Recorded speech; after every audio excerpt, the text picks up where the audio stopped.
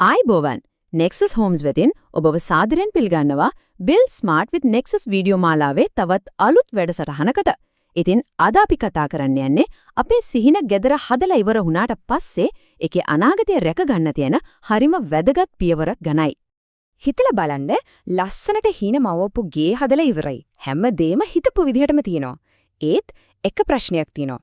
ඒ ගෙදර නීත්‍යානුකූලව පදිංචි වෙන්න ඇත්තටම පුළුවන්ද? මේ ගැන මීට කලින් හිතුවද? අන්න ඒ ගැන තමයි අපි අද ගැඹුරින්ම කතා කරන්න යන්නේ. හොඳයි. එතකොට මොකක්ද මේ චීන නීත්‍යානුකූල යතුරු? අපි මේකට කියනවා අනුකූලතා සහතිකය කියලා. ඉංග්‍රීසියෙන් කියනවා නම් Certificate of Conformity. හැබැයි ඉතින් අපි කවුරුත් අතරේ ප්‍රසිද්ධ ඒ වගේම ලේසිම නම තමයි COC. හරිම සරලයි. COC එක කියන්නේ ආදාළ පළාත් පාලන ආයතනයෙන්, ඒ කියන්නේ ප්‍රාදේශීය සභාවෙන් වගේ තනකින් දෙන නීත්‍යානුකූල සහතිකයක්. ඒකෙන් යාලා කියනවා හරි මේ ගේ අනුමත කරපු ප්ලෑන් එකටම හරියටම හදලා තියෙනවා. හැම ප්‍රමිතියක්ම සම්පූර්ණයි. ඒ නිසා මේකේ පදිංචි වෙනවට කිසිම ගැටලුවක් නැහැ කියලා. අන්න ඒක තමයි ඒකේ තේරුම.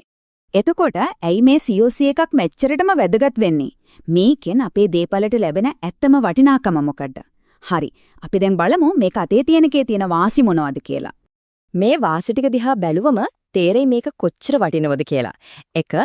ගෙදර පදිංචි වෙන එක නීත්‍යානුකූල වෙනවා. 2. ලයිට් වතුර වගේ දේවල් වලට ස්ථිර කනෙක්ෂන් ගන්න පුළුවන් වෙන්නේ COC එක තිබ්බොත් විතරයි. ඊළඟට බැංකුවකින් ලෝන් එකක් ගන්න ගියොත් මේක අනිවාර්යයෙන්ම ඕන වෙනවා. ඒ විතරක් නෙමෙයි කවදා හරි මේ දේපල් විකුණන්න හිතුවොත් COC එක තියෙන එකෙන් වෙළඳපොළ වටිනාකම ඉහළ යනවා. හැම දෙයකටම වඩා වැදගත්ම දේ තමයි අනාගතේ එන්න පුළුවන් හැම නීතිමය ප්‍රශ්නකින්ම නිදහස් වෙන්න පුළුවන් වෙන එක. මෙන්න මේකත් හොඳට මතක තියාගන්න ඕන දෙයක්. COC එක නැතුව ස්ථිරවම ලයිට් බිලක්වත් වතුර බිලක්වත් ගන්න බෑ.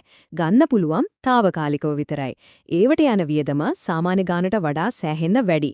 ඉතින් ඒකත් ලොකු පාඩුවක්. හරි. වාසි ගැන අපි කතා කළා. හැබැයි අපි ඇත්ත කතා කරන්න තෝරන්නේ මේ ක්‍රියාවලියේදී පොඩි අභියෝග ටිකකුත් තියෙනවා. ඒත් බය වෙන්න දෙයක් නැහැ. මේවා ජය ගන්න බැරි තරම් ලොකු බාධක නම් නෙවෙයි. මේකෙදි වෙන්නේ මෙහෙමයි. මුලින්ම අදාළ ආයතනයට ආයදුම්පතක් දාන්න ඕනේ. ඊට පස්සේ එතනින් කාර්මික නිලධාරියෙක් එවිත් ගේ බලලා පරීක්ෂා කරනවා. අන්තිමට ඒක සැලසුම් කමිටුවකට ගෙහින් අනුමත වෙන්න ඕනේ. ඉතින් ඔය ඔෆිස් වැඩ ටික නිසා තමයි සමහර වෙලාවට මේකට ටිකක් කල් ගත වෙන්නෙත් මහන්සි වෙන්නේ. මෙන්න තියෙනවා ගොඩක් දෙනෙක් අතින් වෙන ලොකු අතපසුවීමක්. ගේ හදන්න ඕන අනිවාර්යෙන්ම අනුමත කරගත්ත ප්ලෑන් එකටම තමයි. පොඩි වෙනසක් කරත් ඒක සංශෝධිත සැලැස්මක් කියලා ආයමත් අනුමත කරව ගන්න වෙනවා. ඒකට නිකන් නෙවෙයි දඩත් කෙවන්න වෙන්න පුළුවන්. ඉතින් ලේසිම දේ තමයි මුල ඉඳලම අනුමත ප්ලෑන් එකටම වැඩ කරන එක. ඊට අමතරව අයදුම්තත් ගාස්තු, පරීක්ෂණ ගාස්තු වගේ සුළු වියදම් ටිකක් තියෙනවා. හැබැයි ඊට වඩා ගොඩක් බරපතල අවදානමක් ගැනත් අපි දැනුවත් වෙන්න ඕන. ඒ තමයි නීතියට පිටින් උදාහරණයක් විදිහට වීති රේඛාව පහු කරලා වගේ අනවසර කොටස් මොන හරි හදලා තිබුණොත් ඒ කොටස් කඩලා ඉවත් කරන්න නියෝග ලැබෙන්න තියෙන ඉඩකඩ. හරි. එහෙනම් දැන් අපි මේ වාසි ටිකයි අභියෝග ටිකයි තරාදියක දාලා කිරලා බලමු ඇත්තටම බර වැඩි කොයි පැත්තටද කියලා. බලන්නකෝ දැන් මේක හරිම පැහැදිලි නේද? එක පැත්තක තියෙන කාලය, පොඩි වියදම් වගේ ටික කාලයකට තියෙන බාධක. අනිත් පැත්ත බලන්න නීත්‍යානුකූල ආරක්ෂාව, දේපලේ වටිනාකම වැඩි වෙන එක, කිසි ප්‍රශ්නයක් නැතුව හිතේ සැනසීමෙන් ඉන්න ලැබෙන එක. මේ ඔක්කොම ජීවිත කාලෙටම තියෙන දේවල්. ඉතින් තීරණය හරිම පැහැදිලි නේද? ඒ කියන්නේ COC සහතිකේ ගන්නවාද නැද්ද කියන එක තෝරා ගැනීමක් නෙවෙයි.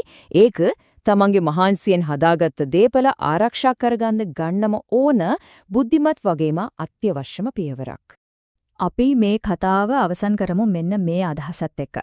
COC එක ලබා ගන්න යන පොඩි මහන්සියයි සුළු වියදමයි අනාගතයේදී ඒකෙන් ලැබෙන නීතිමය සුරක්ෂිතභාවය සහ මූල්‍යමය වාසියක සංසන්දනය කරද්දී ඇත්තටම ඒක ගණන් ගන්නවත් බැරි තරම් පොඩි දෙයක්. ඉතින් මතක තියාගන්න Build Smart with Nexus කියන්නේ අන්න ඒකට තමයි. මේ වගේ නිවැරදි දේවල් හරියට දැනගෙන බුද්ධිමත් තීරණ අරගෙන තමගේ සිහින නිවහන ගොඩනගා ගන්න එක. හොඳයි. අද අපි කතා කරපු මේ කරුණු ගොඩක් ප්‍රයෝජනවත් වෙන්න ඇති කියලා අපි විශ්වාස කරනවා. එහෙමනම් මේ වැඩසටහනට ලයික් එකක් දාන්න, මේ ගැන දැනගන්න ඕන තවත් කෙනෙක්ට බලන්න ෂෙයා කරන්න, ඒ වගේම ඔබේ අදහස් පහලින් කමෙන්ට් කරන්න අමතක කරන්න එපා. Build Smart with Nexus එකේ එකත් වෙලා ඉන්න තවත් මේ වගේම වැදගත් මාතෘකාවක් අරගෙන අපි ඉක්මනින්ම හමු වෙමු.